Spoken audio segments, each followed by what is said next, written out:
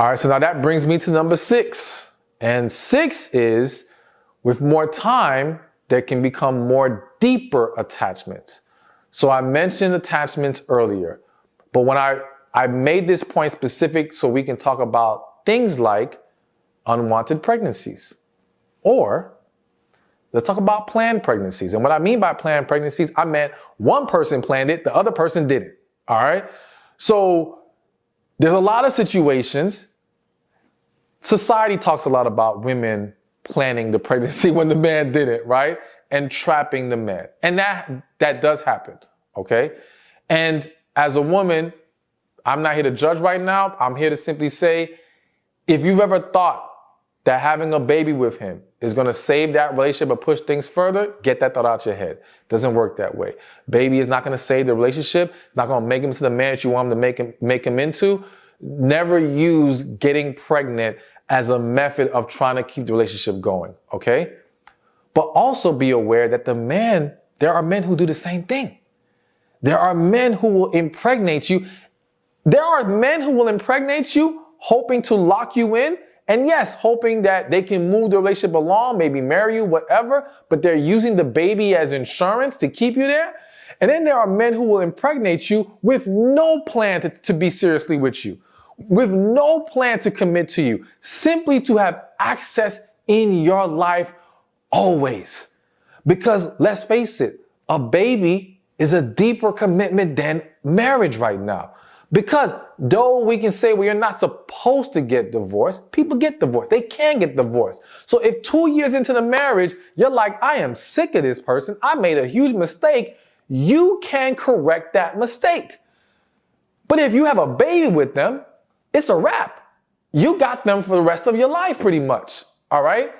So with that said, you've got to understand that as time goes on and letting things linger on, things like that can creep in.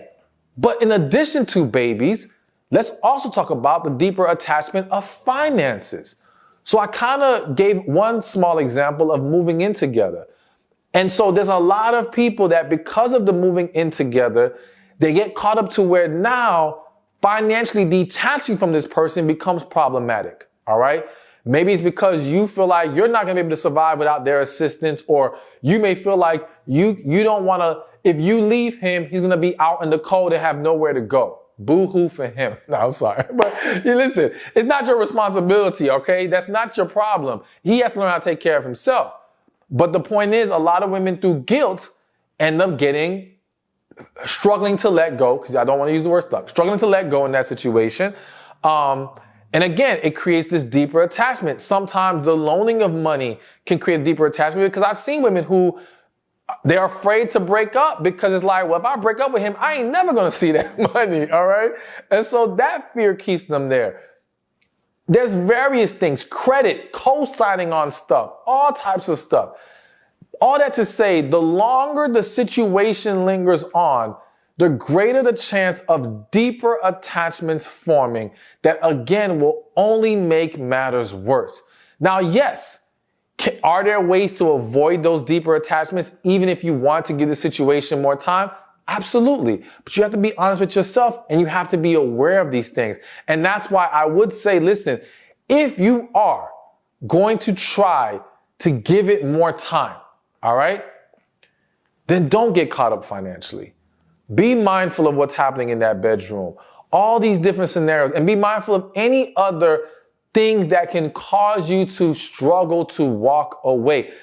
What's hitting my spirit right now that I have to mention, one of those deeper attachments is kids. Not having kids, but let's say you already have kids and they get very good with your kids. I've seen a lot of women struggle to let go of men because the kids love them. All right?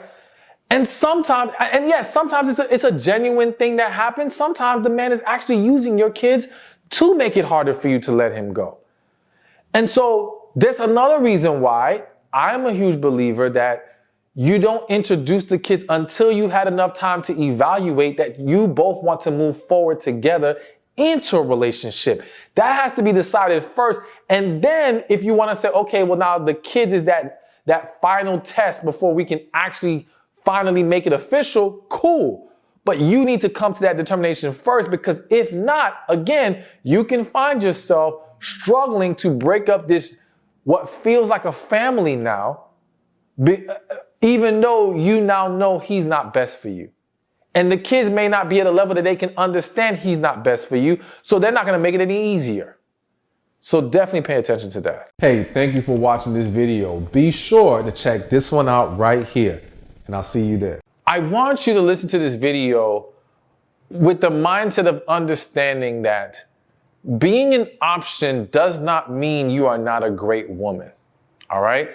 I think too many times women are